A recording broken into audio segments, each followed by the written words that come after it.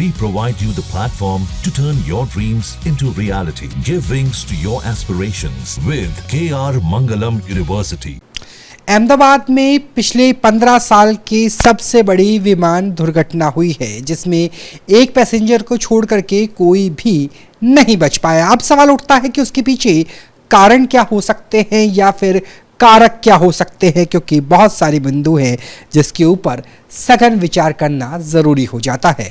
हमारे साथ बात करने के लिए इंडियन एयरलाइंस के फॉर्मर डायरेक्टर सेफ्टी बात करने के लिए एसएस पानेसर हैं, और एसएस पानेसर 1960 से फ्लाई कर रहे हैं। 1962 में जब भारत चीन की जंग की शुरुआत हुई तो एयरफोर्स के पायलट्स को ट्रेनिंग दे चुके हैं। इसके अलावा राजीव गांधी और संजय गांधी के भी इंस्ट्रक्टर रहे हैं।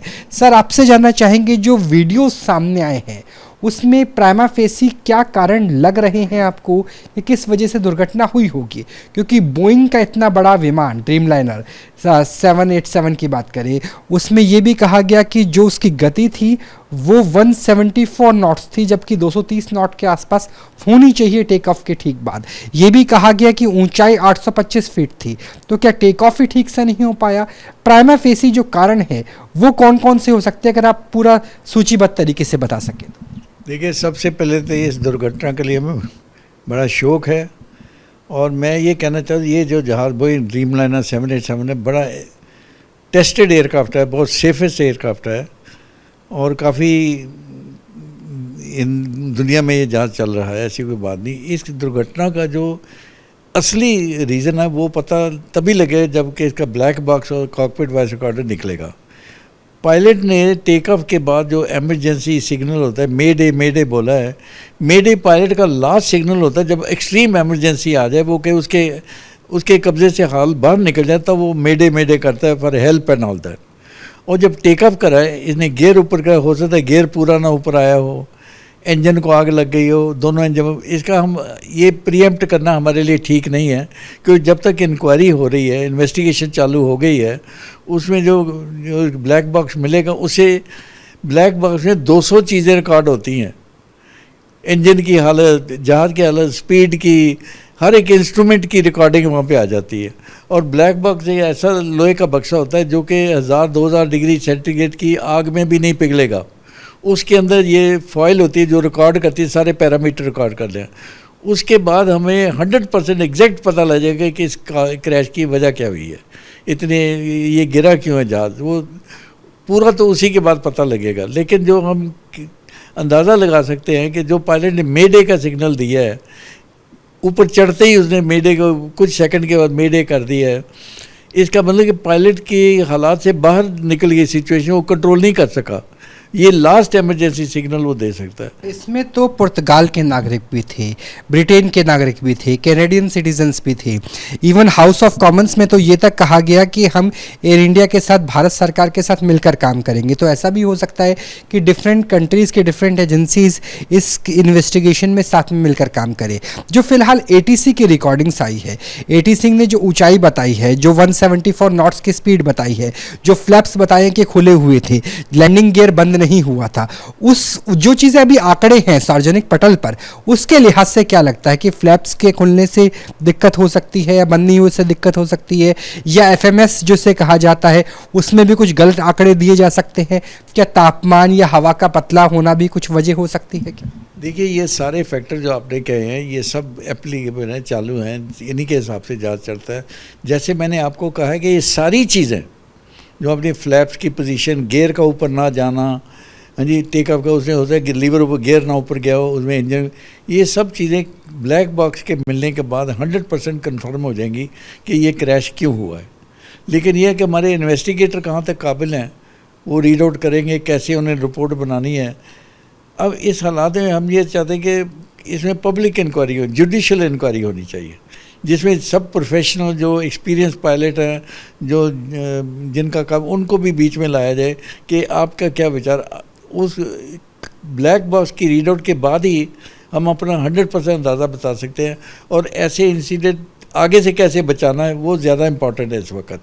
सर आप खुद डायरेक्टर सेफ्टी रहे हैं, तो ऐसे में सर सवाल ये भी उठता है कि क्या क्या प्रोटोकॉल्स होते हैं टेक ऑफ से पहले। सबसे पहले तो हम यही जानना चाहेंगे कि टेक ऑफ से पहले कैसे सिक्योरिटी चेक किए जाते हैं, कैसे पायलट और बाकी स्टाफ सुनिश्चित करते हैं कि ये जो फ्लाइट है ड्रीम लाइनर ये उड़ने के लिए तैयार है, उससे पहले के सेफ्टी प्रोटोकॉल क्या होते हैं। जी, जहाज़ जब फ्लाइट के लिए तैयार होता है तो इंजीनियर्स जो वो सारे जहाज़ का पूरा चेक करते हैं, एक्सटर्नल चेक करते हैं, विंग ठीक है, व्हील्स ठीक है, कहीं कोई डैमेज तो नहीं है, सारा चेक करने के वो एक सर्टिफिकेट साइन करता है इंजीनियर। उसी सर्टिफिकेट तो पायलट भी साइन करता है कि मैंने ये देख लिया है और जो इंजीनियर की इन्वेस्टिगेशन जो चेक लिखा है इसके मैं सेटिस्फाइड हूँ। दोनों साइन करने के बाद अंदर बैठ जाते हैं और उसके बाद जहाज़ चलता है। एमरजेंसी किसी वक्त भी आ सकती है, इसका कोई एमरजेंसी आपको नोटिस दे के नहीं है कि मैं इंजन फेल होने वाला हूँ, मैं ये होने वाला हूँ, वो तो नहीं। ये तो मशीनरी है, किसी वक्त भी फेल हो सकती है। लेकिन सर मशीनरी कितनी ज़्यादा सेफ हो गई है, क्योंकि आपने डकोटा भी उड़ाया है और अब से अब ड्रीम लाइनर की बात करें, फ्लाई बाय वायर की बात आती है जिसमें हाइड्रोलिक्स का इस्तेमाल कम से कम किया जाता है, तो कितना सेफ ये प्लेटफॉर्म है। अगर दूसरी बात टेक ऑफ के बाद प्लेटफॉर्म की बात करें तो ड्रीम लाइनर के लिए कहा गया पहली दुर्घटना है, कितना सेफ प्लेटफॉर्म आप मानते हैं, जिसमें 1.25 लाख लीटर तो एविएशन फ्यूल भी था। ये जहाज़ बहुत ही सेफ है, टेक्निकली बड़ा साउंड है, लेकिन अगर इंजन फेल हो गए हैं तो हाइड्रोलिक सिस्टम भी काम नहीं करेगा, उससे गियर भी ऊपर नहीं जाएंगे। और फ्लैप्स जो उसने लिए थे वो पोजीशन क्या थी फ्लैप्स के, टेक ऑफ के वो लिफ्ट देते हैं फ्लैप्स जो है, हम 1-2 डिग्री नीचे फ्लैप को करते ताकि हमें लिफ्ट मिल जाए टेक ऑफ के बाद। अब वो सारी चीज़ें जो है ना ब्लैक बॉक्स से पता लगेंगी, अभी हम सिर्फ अंदाज़ा लगा सकते हैं कि हो सकता है ये हुआ हो। तो अंदाजे में सर क्या लगता है, जैसे आपने फ्लैप्स की बात की, और क्या टेक ऑफ ऑफ लैंडिंग में ऑटो पायलट का इस्तेमाल ज़्यादा किया जाता है या फिर सर जो नॉर्मल पायलट है, मतलब जो ऑटो पायलट बिना मोड है उसका इस्तेमाल किया जाता है। पायलट की उस टाइम मनोदिशा कैसी रहती है। देखिए, टेक ऑफ कभी ऑटो पायलट से नहीं होता, टेक ऑफ मैनुअली होता है। टेक ऑफ एयरबोर्न होने के बाद 100-200 फुट 300 फुट के बाद पायलट ऑटो पायलट लगा देते हैं। लैंडिंग ऑटो पायलट से हो सकती है, ये जहाँ से फुली ज़ीरो विजिबिलिटी में भी ऑटोमेटिक लैंडिंग भी कर सकता है, लेकिन टेक ऑफ जो वो मैनुअली होता है वो कभी ऑटो टेक ऑफ नहीं होता, ऑटो पायलट से नहीं करते। तो सर लगता है कि अगर 825 फीट की ऊंचाई थी और मुश्किल से 3 मिनट का समय था तो पायलट के पास तो ऑटो पायलट पे जाने का समय भी शायद नहीं बचा होगा।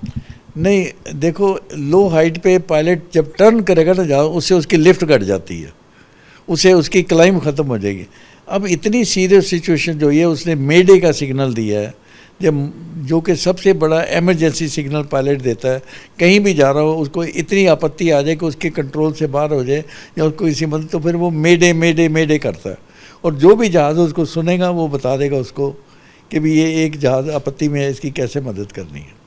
सर अगर आखिरी 5 मिनट की बात की जाए तो प्रोटोकॉल जो हमने पढ़ा वो ये है कि आपके पास ये ऑप्शन रहता है कि आप फ्यूल जो एविएशन फ्यूल है वो पहले ही ड्रॉप आउट कर दें ताकि जब इम्पैक्ट हो, जब क्रैश लैंडिंग हो तो आग कम से कम लगे। तो क्या उतना समय भी नहीं रहा होगा जितने वीडियोस के आधार पे, कि ब्लैक बॉक्स तो अभी मिला नहीं है लेकिन वीडियोस के आधार पे जो लग रहा है। देखिए, ये जहाज़ दिल्ली से अहमदाबाद से लंदन जा रहा था, 8 घंटे की फ़्लाइट है, इसके 9-9.5-10 घंटे का फ्यूल होगा, जाने मतलब कम से कम 40-50 टन फ्यूल भी होगा। अब इस हाइट में इन जहाज़ों में ये फैसिलिटी है कि फर्स्ट को आप 5-6 हज़ार 10,000 फुट तक और इंजन को आग लग गई है तो वो आधा लैंडिंग वेट कम करने के लिए वो आधा फ्यूल डंप भी कर सकता है, लेकिन यहाँ टाइम नहीं था ना, 3-4 टेक ऑफ के बाद कहाँ डंप करेगा। मैं एक दफ़ा मद्रास से सिंगापुर जा रहा था, मेरा राइट इंजन फेल हो गया और हमने मैक्सिमम फ्यूल ले रखा था। मैंने समुंदर के ऊपर जाके आधा घंटा फ्लाइंग करी ताकि जो एक्स्ट्रा फ्यूल था मैंने डंप कर दिया समुंदर के ऊपर ताकि जहाज़ लाइट हो जाए, उसके बाद मैं लैंड कर गया। अब इस पर टाइम नहीं था फ्यूल डंप करने के लिए, सिर्फ टेक ऑफ के बाद आदमी कंट्रोल करने के इमरजेंसी आ गई, जहाज़ को कंट्रोल करेगा या फ्यूल डंप करेगा, उसके प्रोसीजर होता है डंपिंग। ये नहीं कि आपने बटन दबाया तो फ्यूल डंप हो जाएगा, उसे वाल्व खोलने पड़ते हैं, उसकी कितना फ्यूल डंप करना मॉनिटर करना पड़ता है। तो समय और परिस्थिति दोनों का अभाव था, क्योंकि अगर वहां पर फ्यूल डंप किया जाता तो हो सकता है आग और ज़्यादा भयानक होती, क्योंकि फ्यूल गिरता हुआ जाता और शायद इतना समय भी ना हो रहा होगा कि वाल्व्स खोली जाए। और देखिए, टेक ऑफ के बाद वो लोकेशन पे था जब कॉलोनी थी और कॉलोनी के ऊपर भी फ्यूल डंप करना ठीक नहीं था, सेफ नहीं था, वेरी डेंजरस। तो फ्यूल डंपिंग की तो बात ही छोड़ दो, ये थी कि 800 फुट तक कोई ऐसी सीरियस इमरजेंसी हुई है जो कि हो सकता है इंजन फेल हो गए हो, गियर ऊपर ना कितना मुश्किल होता है सर कि अगर 2 इंजन एक साथ फेल होने की संभावना कितनी रेयर है। देखो, 2 इंजन फेल होने की संभावना बहुत रेयर है। बोइंग वाले चैलेंज करते हैं कि हमारे जहाज़ के 2 इंजन कभी इकट्ठे नहीं फेल होंगे, एक होगा मैक्सिमम। लेकिन ये टाइम शॉर्ट था और pilots are trained, they are fully trained के इंस्ट्रूमेंट सिमुलेटर पे ट्रेनिंग होती है, ये सब इमरजेंसी उनको सिखाई जाती है। पायलट की ट्रेनिंग के बारे में कुछ नहीं कहा जाए, लेकिन आज की डेट में जो पायलट्स हैं वो जहाज़ में कोई स्नैक वगैरह लिखने से डरते हैं, क्योंकि मैनेजमेंट कहती तुमने स्नैक दे मेरी फ़्लाइट डिले होगी, वो चेक कर देते हैं। न्यूज़ नेशन को वक्त देने के लिए बहुत बहुत धन्यवाद। Thank you ma'am. तो अगर हमारे एक्सपर्ट की बात करें, वो डायरेक्टर रहे हैं सेफ्टी के, और संजय गांधी से लेकर के राजीव गांधी के इंस्ट्रक्टर भी। उन्होंने कहा है कि सबसे पहली चीज़ क्या है, सबसे पहले कि इंजीनियर और पायलट दोनों ने हस्ताक्षर किए होंगे कि ये फ्लाइट यानी dreamliner Boeing 787 take off के लिए रेडी है। दूसरी चीज़ क्या है, टेक ऑफ के समय कभी भी ऑटो पायलट नहीं होता है। जो जितने अच्छे आपके पास सिस्टम्स हो, ऑटो पायलट्स हो, लेकिन वो काम करते हैं। ऊपर जाने के बाद टेक ऑफ में मैनुअल हैंडलिंग ही की जाती है। तीसरी चीज़ ये, समय बहुत कम बचा था। और जो थ्रस्ट वेट रेशो की बात करें तो कई बार ऐसा भी होता है कि वेट ज़्यादा हो और पायलट को बताया ही नहीं गया हो, और इस वजह से भी जो 174 नॉट्स की रफ्तार की बात आ रही है वो शायद 200 या 220 के आसपास हो सकती थी। उसके अलावा एटमॉस्फेयर से लेकर के एफएमएस से लेकर के रिएक्शन टाइम से लेकर के ऐसी लंबी फहरिस्त है जिसके बारे में शायद ब्लैक बॉक्स के बाद मिलने के बाद ही काफ़ी हद तक चीज़ें स्पष्ट हो पाएंगी। कैमरा सहयोगी संजय शर्मा के साथ राहुल डबास, न्यूज़ नेशन, दिल्ली। जहां भक्ति है हर शब्द में, कथाओं में छुपे हैं दिव्य रहस्य, और ज्योतिष देता है जीवन को दिशा। धर्म से जुड़ी हर बातों को जानने के लिए हमारे चैनल स्तुति को सब्सक्राइब करें। चैनल पर जाने के लिए इस लिंक पर क्लिक करें।